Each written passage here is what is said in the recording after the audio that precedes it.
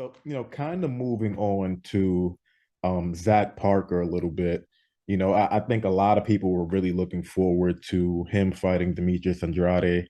But he is fighting against John Ryder, which works out in his favor because that's also another really, really good fight.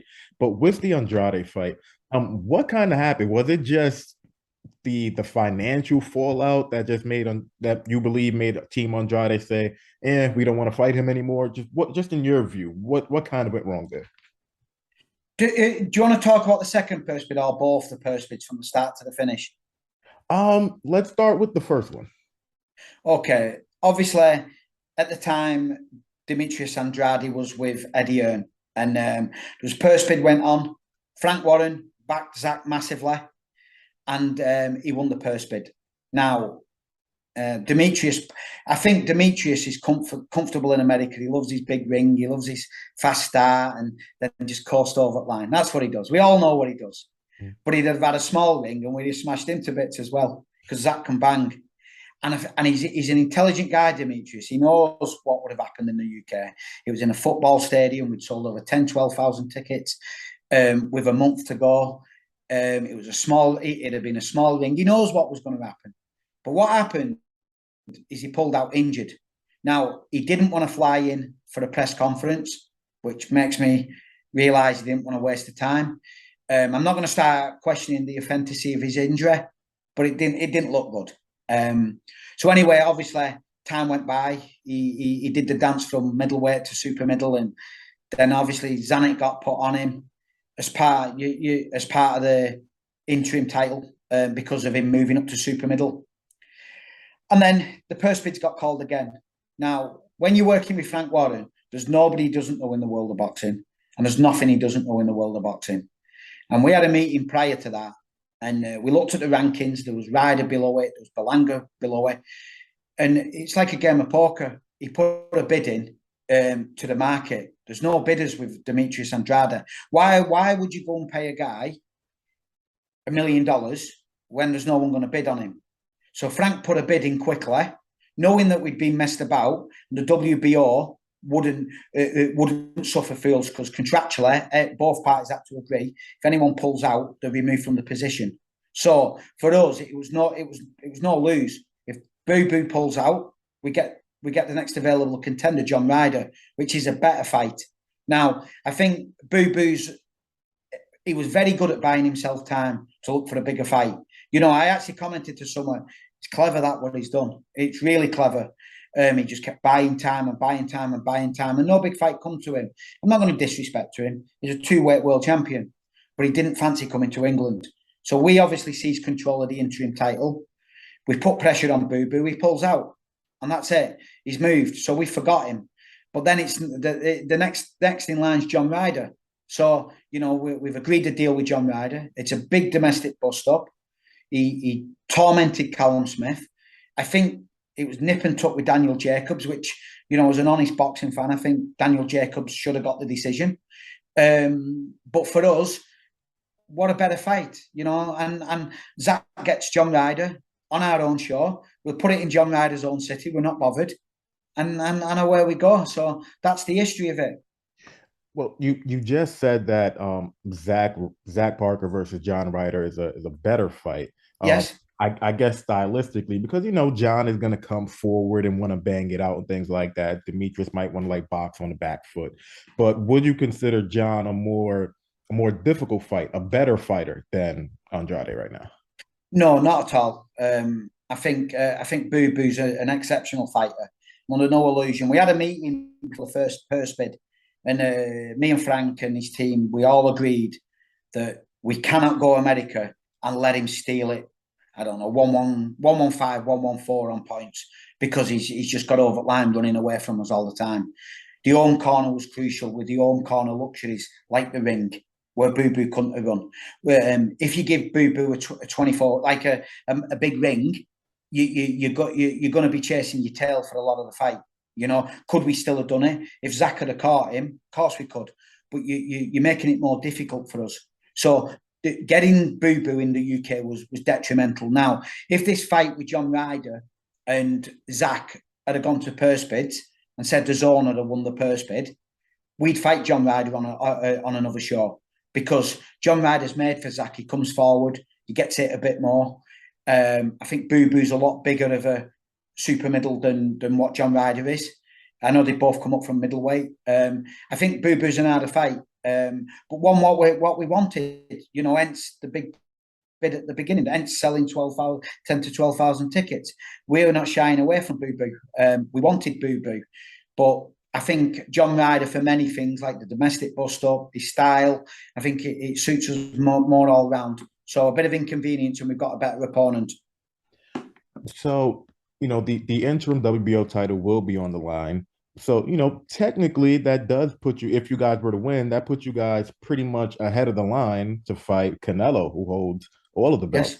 Yes. Would that be, and obviously, kind of like we said with David, don't want to look over anybody, but is that kind of the goal, to be like, okay, get that interim title, then we can lure Canelo into the ring? Or would the goal be, let's try to get Boo Boo back into the ring, or let's just continue to kind of build yourself up before getting into a Canelo fight?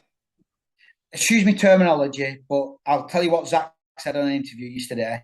He wouldn't give Boo Boo the steam off his shit, and excuse me language. Yeah. Zach feels he's been treated very badly.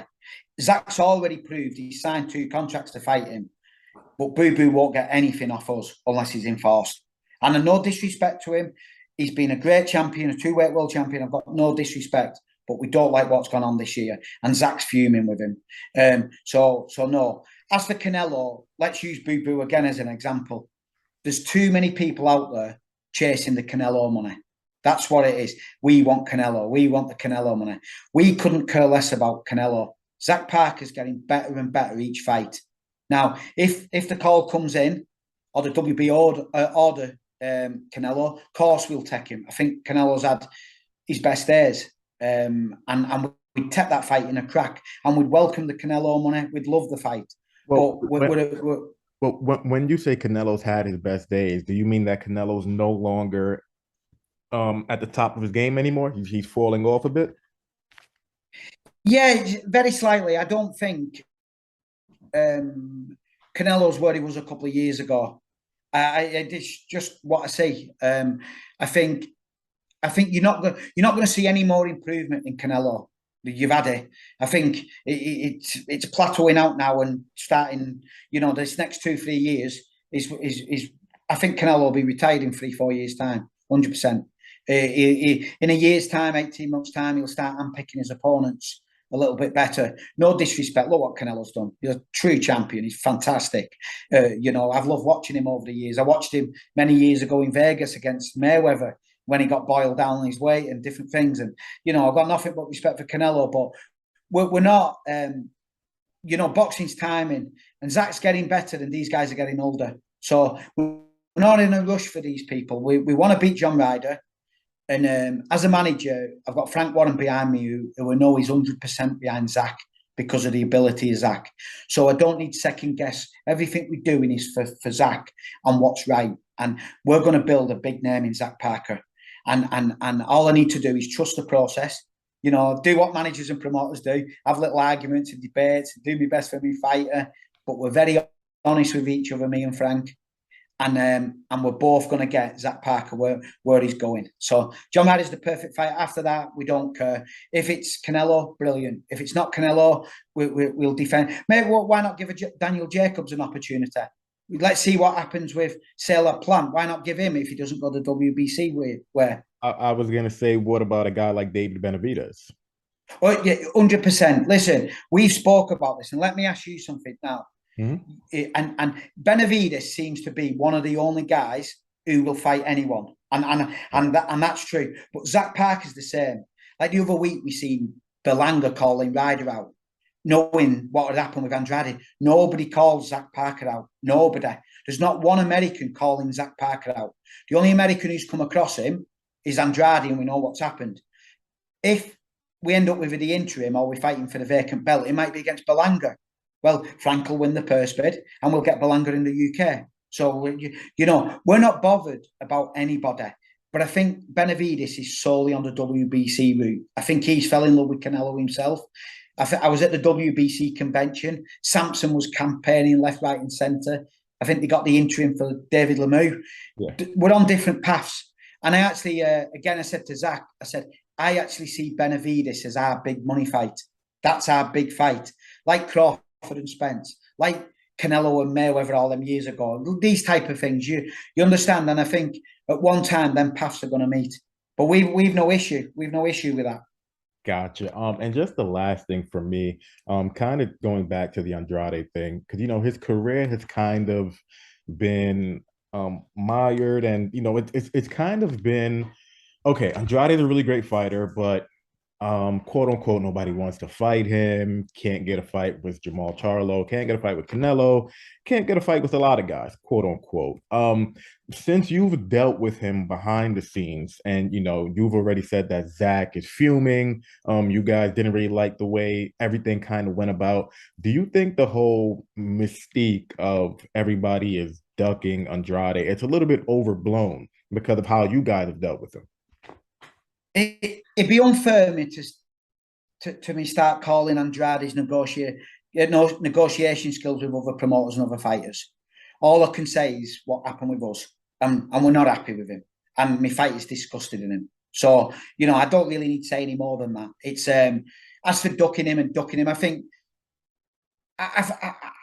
little things I hear, I think he could have been better advised, and there's obviously something wrong, isn't there? All these fights don't happen. Yeah. Do you agree? It's like there's something happening. Now, can I blame him for not wanting to come to UK in a football stadium?